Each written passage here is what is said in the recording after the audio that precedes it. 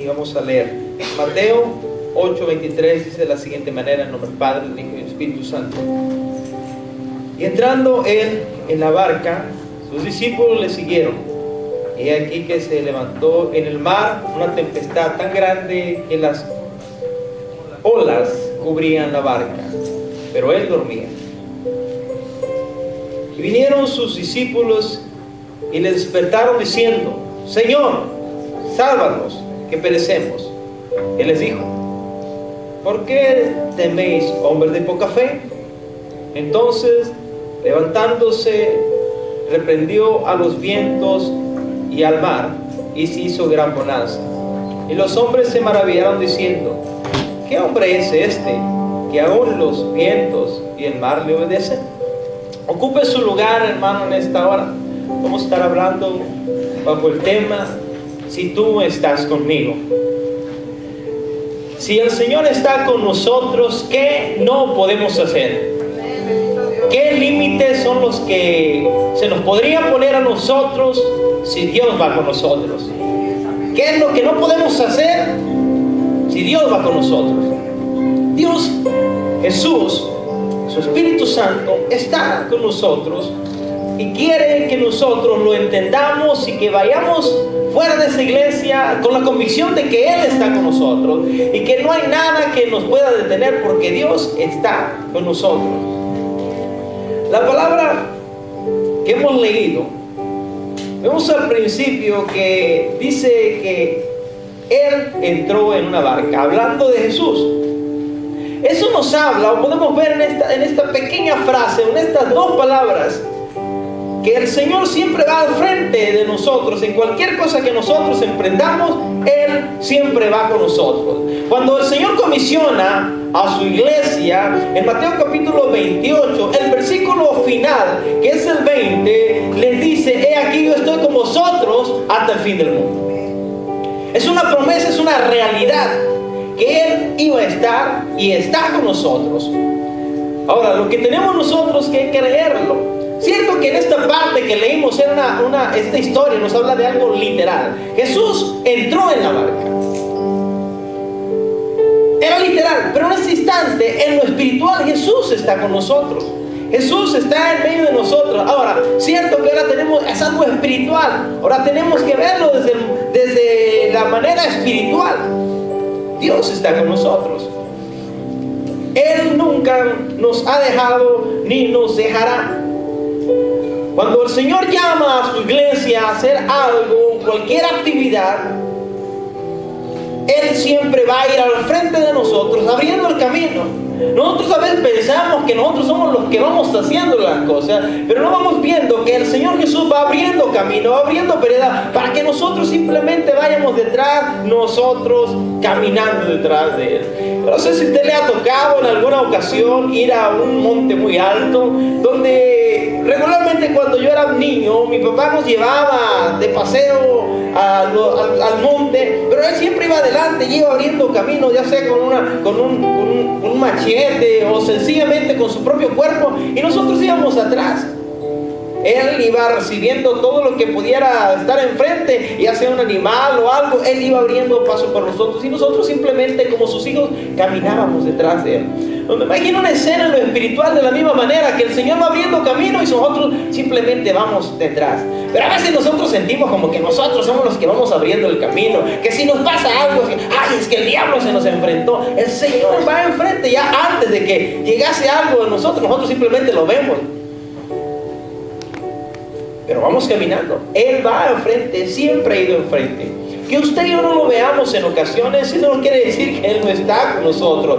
Él prometió estar con nosotros y Él está con nosotros. Si supiéramos o si nos pudiéramos imaginar cada vez que hacemos algo, que estamos rodeados de ángeles que nos están protegiendo, hermano. Cuando Dios le pone en su corazón que vaya a hablarle a alguien, cierto, tenemos temores en ocasiones.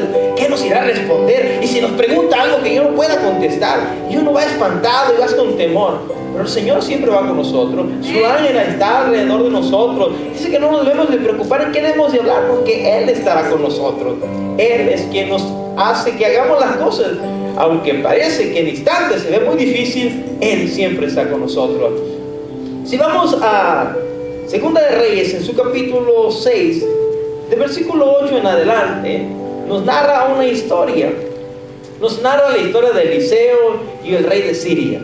La historia es lo siguiente: el rey de Siria estaba peleando en contra del pueblo de Israel, contra los israelitas, pero sucede que Dios le había puesto su siervo ahí, y cada vez que este rey planeaba hacer algo, nunca le salía bien, porque cuando iba a hacer esto, Elías mandaba al rey una información diciendo: no vayas por acá, no hagas esto, porque el rey de Siria va a hacer esto. Y todas las cosas que él planeaba le salían mal. Así que llegó un instante que el rey se enojó pensando que había un traidor entre sus filas, y manda a llamar a sus capitanes, manda a llamar a sus consejeros y pidiendo que busquen al traidor.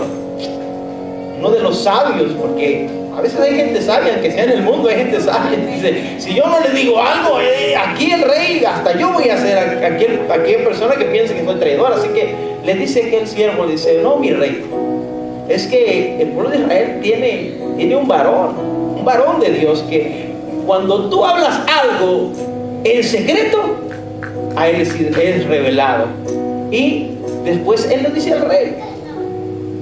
Y en esta pequeña historia podemos mirar que el Señor está donde quiera. No importa que sea con el enemigo, no importa que sea con usted, el Señor puede mirar todas las cosas que acontecen. Imagínense, si está vigilando las palabras del enemigo, ¿cuánto no va a estar vigilándonos a nosotros, que pagó un precio carísimo por nosotros?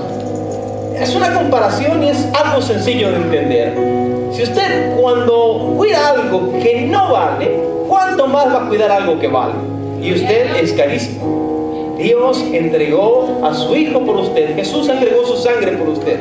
Ahora vayamos al versículo 15 de este capítulo, para que veamos que en ocasiones nosotros, como siervos del Señor, nos llenamos de un poco de temor, porque no miramos al Señor, pero eso no quiere decir que no es de Él. Dice el versículo: y se levantó de mañana y salió el que servía al varón de Dios, y aquí el ejército que tenía sitiada la ciudad, con gente de a caballo y carros. Entonces su criado le dijo: ah, señor mío, ¿qué haremos? Él le dijo: no tengas miedo, porque más son los que están con nosotros que los que están con ellos. Y oró Eliseo y dijo: te ruego, Jehová, que abra sus ojos para que vea. Entonces Jehová abrió los ojos del criado y miró, he aquí que el monte estaba lleno de gente de a caballo y de carros de fuego alrededor de Eliseo. Gloria a Dios. Hermano, y así como en aquella ocasión este varón le pidió a Jehová Dios que abriera los ojos para que aquella persona que estaba con él, aquel siervo, pudiera mirar que no estaban solos, así en esta manera el Señor quiere, a través de su palabra, abrir nuestros ojos para que entendamos que no estamos solos, que en ocasiones nos vamos a sentir rodeados de problemas, rodeados de circunstancias, como que estamos en un desbalance, como que el enemigo se ve más grande que nosotros, pero eso es mentira. Es simplemente traer una lupa grande para cuando tú lo mires grande, pero está pequeño comparado con nuestro Creador. Pero se nos va a mostrar a nosotros de una manera grande para que nosotros tengamos miedo, pero el Señor siempre está con nosotros. No importa cuán oscuro nosotros podamos mirar, siempre habrá luz. Siempre estará la luz del Señor ahí. Siempre estará la luz del Señor. El salmista en el Salmo 23 dice: aunque ande en valle de sombra de muerte, no temeré mal alguno, porque tú estarás conmigo. Tu vara y tu callado me infundirán aliento. El Señor siempre está con nosotros, y siempre está con su vara y su callado. Y no nos guste la varita, porque con la varita a veces le pegan a la oveja, pero está el callado para que nos rescate cuando nos caemos. Él siempre está protegiéndonos a nosotros. Él está en cuidado de nosotros, porque nosotros somos sus ovejas. Claro que a nosotros nos pasa lo de las ovejitas, ¿verdad? Las ovejitas regularmente tienen la cabeza metida hacia abajo comiendo, y él no se da cuenta. Por eso en las ocasiones se pierde la oveja, porque la oveja empieza a comer y empieza a comer y empieza a comer. Nunca voltea a ver si el pastor está ahí. Pero el pastor, como sabe, la condición de la oveja siempre anda atrás de ella. Y cuando siente que la ovejita se va, agarra, callado y le da un jaloncito. El Señor siempre está con nosotros. No importando, quizás nosotros nos entretenemos en este mundo y estamos mirando hacia abajo y no podemos mirar hacia arriba para mirar que Dios está ahí. Pero Él está con nosotros. Todo el tiempo Él está con nosotros. Él siempre va al frente de nosotros. A veces nosotros, cuando ya estamos en algún problema, volteamos atrás a ver si Jesús está atrás. No lo busque atrás, no lo busque al lado. Él siempre va enfrente de usted. Él es el que va abriendo el camino. Él está ahí, aunque usted y yo no lo miremos. Eso le debemos de decir al Señor: Señor, yo siento grande el problema, no puedo mirarte, no puedo, pero ahí está. Mire, Jesús, en esta historia que vemos, esta historia pequeña donde vamos a sacar algunos consejos, dice que Él subió a la barca. Él iba enfrente, Él puso el ejemplo y subió a la barca. Ahora, históricamente la barca simboliza la salvación. Vemos que Noé construyó una arca, un barco. Para los discípulos que andaban con Jesús, la barca era un medio de transporte donde iban a poder cruzar hacia el otro lado, iban a hacer una misión.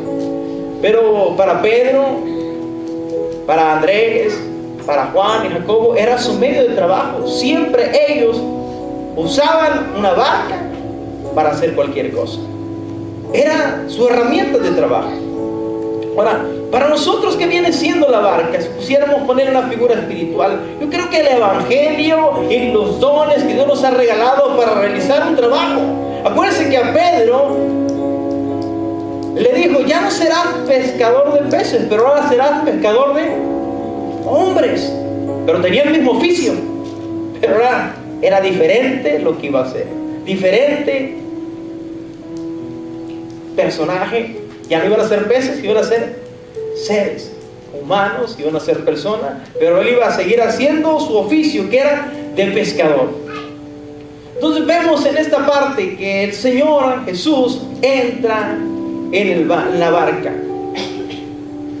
Hermano, cuando nosotros vemos una barca, regularmente cuando somos jóvenes y vemos una barca y nosotros vemos la barca y decimos: ¡wow, diversión! Yo recuerdo, nosotros vivimos al lado del río y cuando veíamos una barca, nosotros decíamos: vamos a jugar.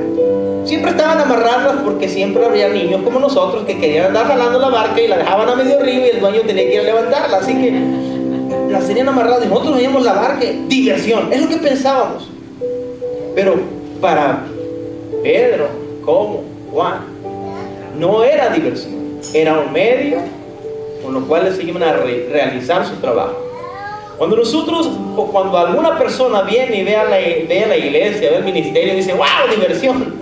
Bueno, vamos a disfrutar servirle al Señor. Pero no el hecho de que estés en la iglesia no es para divertirse, es porque necesitamos hacer un trabajo. Ahora, como decíamos la semana pasada, como nos va a gustar el trabajo, pues lo vamos a divertir. Pero es un trabajo, es algo que nosotros debemos de realizar para el Señor. Y en ocasiones vamos a sentir un poco difícil, porque ya cuando nos subimos a la barca, no en forma de diversión, sino en forma de trabajo, entonces veremos las responsabilidades que implica subirse a un barco. Nosotros somos de costa. Hay muchas personas que pescan y a veces, alguno quizás ya ha tenido una experiencia de ir a la mar, quizás no. Pero regularmente las personas que se dedican a la pesca, cuando saben que uno no ha ido a la pesca, a veces a propósito te invitan, dicen: vamos a pescar al mar. Ellos ya saben qué va a pasar. Bueno, se va uno a trepar el barco, uno va a disfrutar los primeros 10 minutos, 15, pero cuando se estacione la barca va a empezar a darse vueltas la barca, y a la media hora va a sentirse un poco mareado, y después a la hora va a estar rasguñando el barco queriéndose bajar, y después, pues, ¿para qué le cuento? Al final va a llegar todo debilitado, sin ganas de volver a ir al mar, ¿verdad, hermanos? ¿Alguno ha ido al mar? Creo que sí. Ya no está sintiendo como divertido. Primero decía: voy a divertirme, pero ya estando en el barco, ya no es tan divertido. Usted y yo hemos subido al barco del Evangelio. Hemos subido a este barco que Dios nos invitó y estamos ahí. Y quizás los primeros días, wow, divertido, pero llevará a empezar en que la barca se va a sentar y va a empezar a bajar las olas y subir las olas. ¿Cómo nos damos cuenta? A veces la iglesia se llena, a veces la iglesia se vacía, se llena y se vacía y usted está en la barca. Y llega un instante que se empieza usted a marear. Es parte. No se preocupe. Todos los pescadores lo van a pasar. Pero debemos de aferrarnos ahí. Mantenernos firmes es importante si nosotros hemos sido escogidos. Pero no es un juego el ministerio, es algo muy serio que nosotros debemos de entender. Usted viene a la iglesia y deben de entender que es algo relativamente serio. Yo le pregunto a los jóvenes, si es serio ir a la escuela, si es serio terminar su escuela, si es serio pensar en ir a la universidad, si es serio pensar en que se va a casar, si es serio pensar en el trabajo que vas a buscar, ¿cuánto más no va a ser serio el servir a Dios? Es una cosa relativamente seria y a veces nosotros la tomamos muy a la ligera, pero no es a la ligera, sino es algo que va a salvar nuestra vida o va a condenar nuestra vida. Por eso debemos estar bastante conscientes de esto. En el libro de Hechos, en su capítulo 8, nos narra la historia de un hombre llamado Simón que pensó que el servir a Dios iba a ser divertido. Dijo, ¿cuánto cuesta la unción? Yo quiero un poco de ella. Porque pensaba que era nada más diversión. No es nada más de que, wow, suceden milagros, la gente se cae, la gente se salva. No, no, no. Detrás de todo eso hay un trabajo que hay que hacer. Hay un esfuerzo que hay que pagar. Hay una vida en santidad que tenemos que vivir. Claro, estamos aquí, nos gozamos. Pero hay algo que nosotros como seres humanos debemos de realizar. Todos tenemos que vivir una vida como las demás personas. Comemos, dormimos, respiramos, trabajamos. Y aunado a eso, tenemos que vivir en santidad, buscar la presencia de Dios. No va a ser fácil, pero tampoco es imposible. Subir a la barca. Estamos aquí, estamos en la barca. Gloria a Dios por ello. Recuérdese, estamos en la barca, pero no estamos solos, porque Jesús entró primero por nosotros. Él es quien abrió las puertas. Ahora, algunos quizás cuando le hacen la invitación y ya le dije cómo va a ser, cuando se trepe a la barca usted diga, no, yo no quiero subir.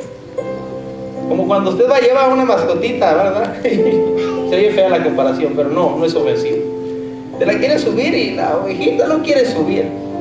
A veces nos tocaba pasar algún, ya sea una mascota o algo, podría ser una oveja, y cuando mira que la van a subir a la barca, la ovejita pone las 4 patitas y dice, yo no quiero ir, y él la está jalando, y él la está jalando. Quizá algunos de nosotros, cuando digamos que el ministerio es serio, digamos, no, yo no quiero subir, gracias hermano, aquí de lejitos está bien. Pero si realmente nosotros queremos pasar al otro lado, hay que subir, ¿vale? Y nosotros queremos pasar al otro lado, necesitamos tomar ese transporte. Si usted quiere llegar al cielo, hermano, no hay otra manera. Usted tiene que subirse a la barca. Si no hubiera querido ser salvo y no subiera en el arca, no hubiera subido y no hubiera sido salvo. Pero él tenía que hacerlo. Usted y yo tenemos que hacerlo. Un discípulo, hermano, tiene que seguir.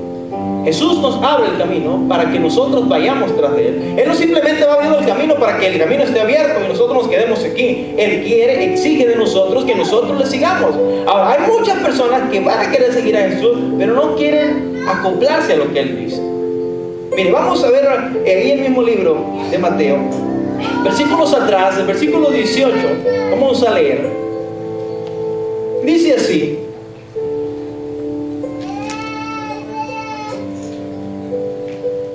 viéndose Jesús rodeado de mucha gente, mandó a pasar al otro lado. Y vino un escriba y le dijo: Maestro, te seguiré donde quiera que vayas. Este dijo que quería seguirle, ¿va?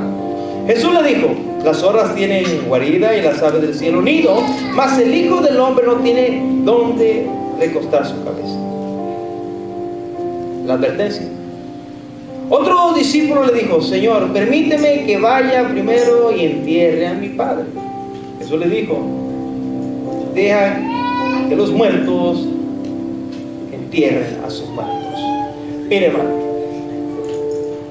no es solamente de querer, es de hacer.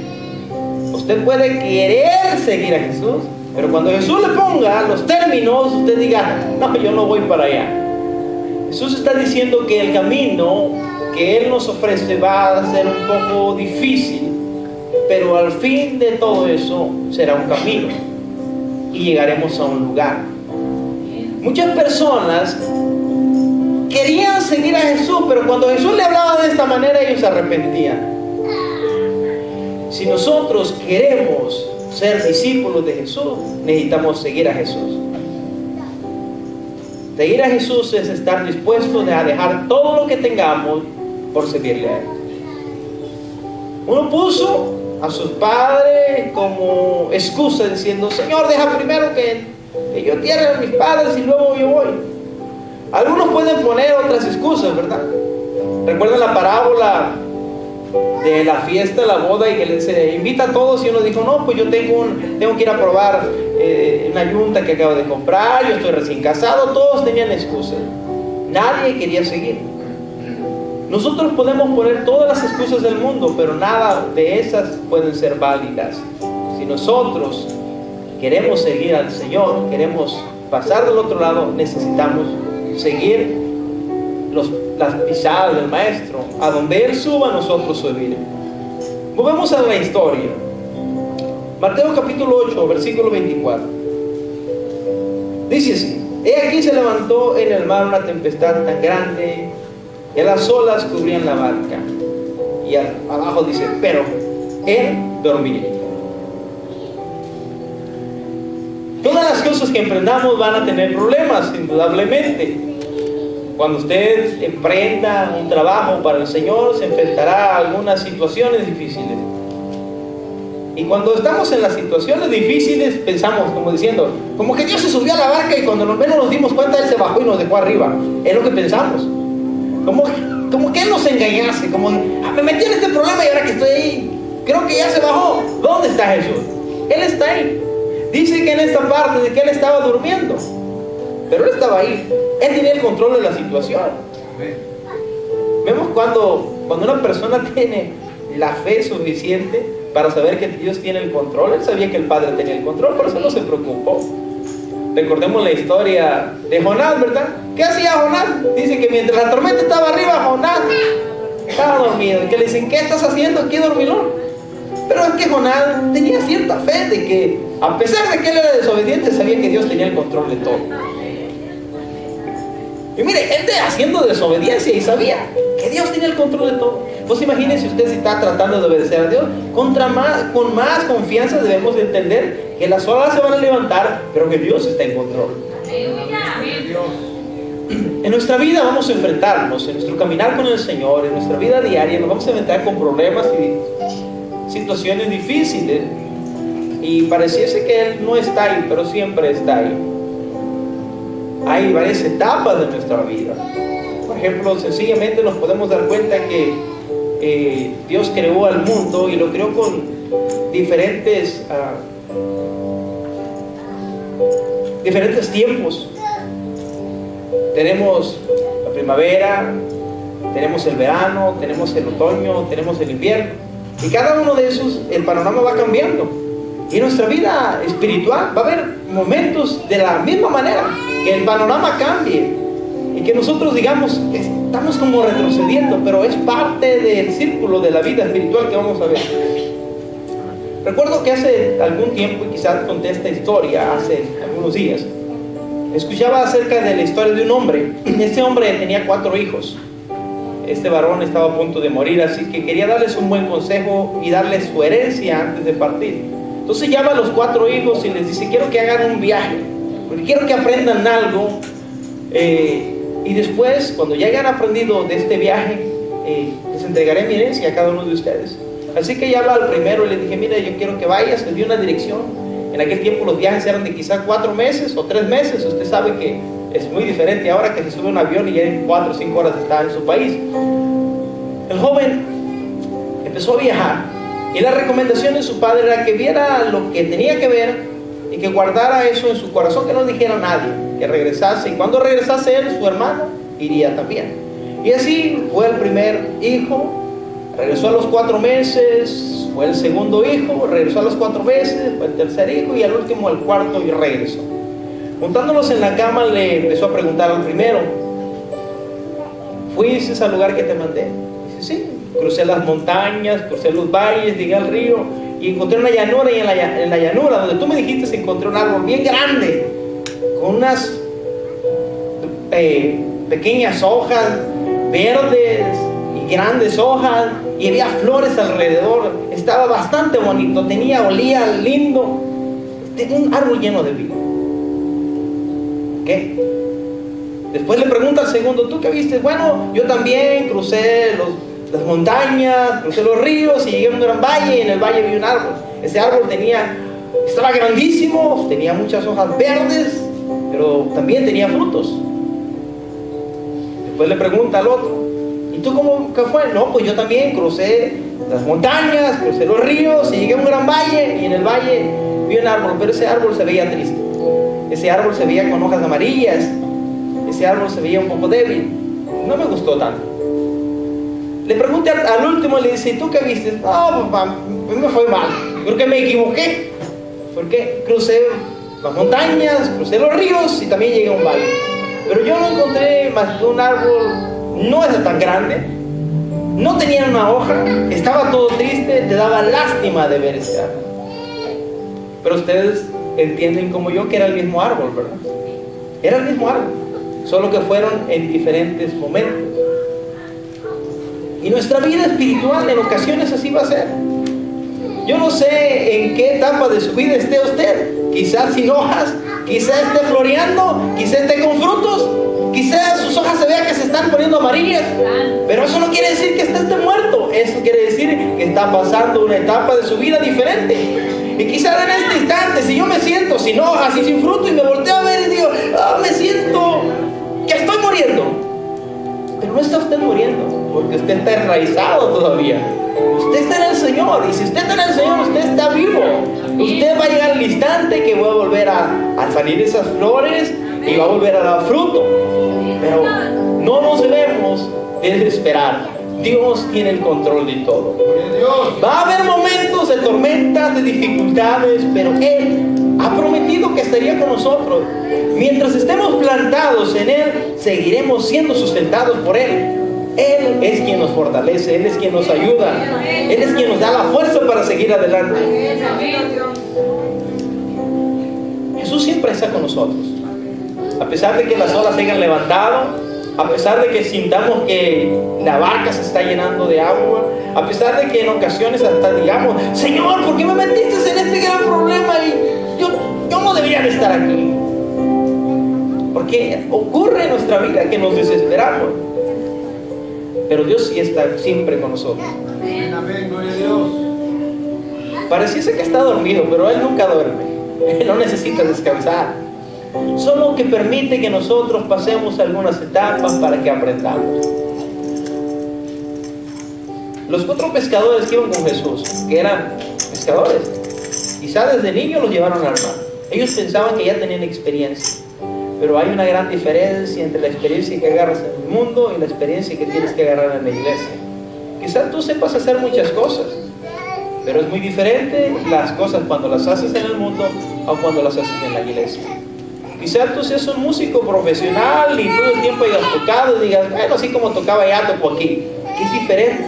Quizás las notas sean las mismas, pero la situación va a ser diferente. Quizás tú hayas sido un animador afuera y hayas podido hablar y digas: no, pues yo también puedo hablar en frente de los hermanos, pero es muy diferente. Quizás puedas hablar, pero no tendrás lo que necesitas para hablar. Por eso Dios nos permite que nosotros pasemos situaciones. Pedro, Jacobo, Juan, Andrés, ellos sabían cómo navegar un barco. Pero cuando Jesús está en el barco, es diferente.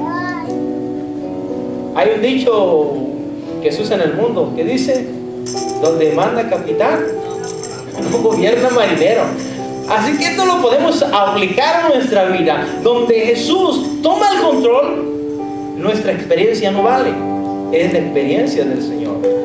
Y nos va a dejar que nosotros aprendamos un poco. Nos va a dejar que rasguñemos la barca, que lloremos, que nos desesperemos. Pero Él siempre está en control. No hay nada que no pueda Él hacer. En algunas ocasiones sentimos morir. Ay, Señor, yo estoy a punto de morir. Si no llega el hermano rápido a orar en 2 horas, yo creo que me muero. Hermano, a Jesús lo mandaron a llamar en una ocasión y le dijeron: Jesús, ¿a quien tú amas está enfermo? Y Jesús dijo: sí, bien. Llegó días después de que había muerto, todos preocupados, pero Jesús tranquilo. ¿Por qué? Porque sabía que Él puede quitar la vida, volverla a dar, volverla a quitar. Él es Dios. Así que quizás usted en este instante y yo digamos: ay, nuestra barca se está hundiendo, Señor, si tú no vienes hoy, me muero. Entonces, aunque se muera, hermano, si Dios lo quiere usar, no le vuelve a levantar. Tan sencillo como eso. Así que, bueno, no nos preocupemos. Dios está en control, aunque nosotros no lo veamos. Aunque nosotros pensemos que Él está durmiendo y que nos está jugando una broma muy pesada, Dios está en control de todas las cosas. Claro que en este instante se nos olvida su omnipresencia, se nos olvida su omnipotencia, se nos olvida su omnisciencia y pensamos que necesita que nosotros le digamos qué hay que hacer. Él está en control. Él no está dormido. Él está escuchando cada una de nuestras peticiones. ¿Para qué debemos de hacer sencillamente cuando eso sucede? El Señor quiere que nosotros clamemos. Los discípulos no sabían qué hacer. Él les dejó que ellos, indudablemente, vamos a usar un poco nuestra lógica. Los que estaban en esa barca sabían cómo navegar, ¿verdad? Ellos empezaron a luchar. Llama al maestro: no, hombre, ahorita controlamos esto. Pero Pedro: no, hombre, tú tranquilo, yo lo controlo. Hasta cuando se dieron cuenta que no podían controlarlo, entonces llamaron a Jesús. Nosotros a veces así queremos controlar la situación, ¿verdad? Lo que el Señor quiere es que nosotros hablemos con Él. Le digamos: Señor, tú sabes que no tengo experiencia en esto, ayúdanos. Quizás el Señor nos dé una pequeña reprensión como la que le dijo a ellos: hey, hombres de poca fe. Pero no importa que nos dé una reprensión, cuando el Señor nos habla, aunque sea una reprensión, nos vamos a sentir tranquilos y cómodos. Versículo 25 dice así: y vinieron sus discípulos y les despertaron diciendo: Señor, sálvanos, que perecemos. Yo creo que eso era un clamor. Yo no puedo poner el énfasis con el cual gritaron ellos, pero imagínese usted, en medio mar, la tormenta fuerte. No creo que: Señor, sálvanos porque perecemos. No, un clamor: Señor, sálvanos, Señor, que perecemos. Nos despertaron al Señor. El Señor quiere que clamemos. Hermano, cuando estamos en problemas, pareciera que nos regañan por hablar. Pareciese como que estamos dando un chisme, ¿verdad? ¿No ha visto las personas que les gusta contar historias? Están escondidas por allá. Ahí está. Porque no quieren que nadie se entere. Y a veces nosotros, nuestras peticiones se las hacemos al Señor así. Tenemos que clamar. Se clama a mí, yo te responderé y te enseñaré cosas grandes y dificultosas que tú no has visto, que tú no conoces. Pero necesitamos clamar, necesitamos aprender a clamarle al Señor, gritarle. No importa que se burlen de nosotros, hermano, ¿qué importa? De veces andamos gritando, antes andamos gritando tanta loquera en el mundo, que hoy no clamemos al Señor. Antes, cuando andábamos en el mundo, hacíamos cada tontería. Quizás algunos no dieron al mundo, quizás otros sí, pero se hace cada tontería.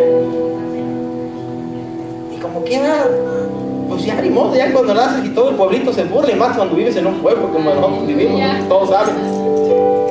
Hermano, necesitamos aprender a clamar al Señor. Cuando nosotros clamamos al Señor, Él puede disipar nuestros problemas. Solo que si nosotros queremos luchar con nuestro problema y yo lo arreglo, yo lo hago aquí, bueno, pues duraremos más tiempo. Yo no sé cuánto tiempo duraron los discípulos luchando en ese mar tan embravecido, pero sencillamente le clamaron al Señor y Dios resolvió su problema. Nosotros podemos clamar al Señor y Él resolverá nuestro problema.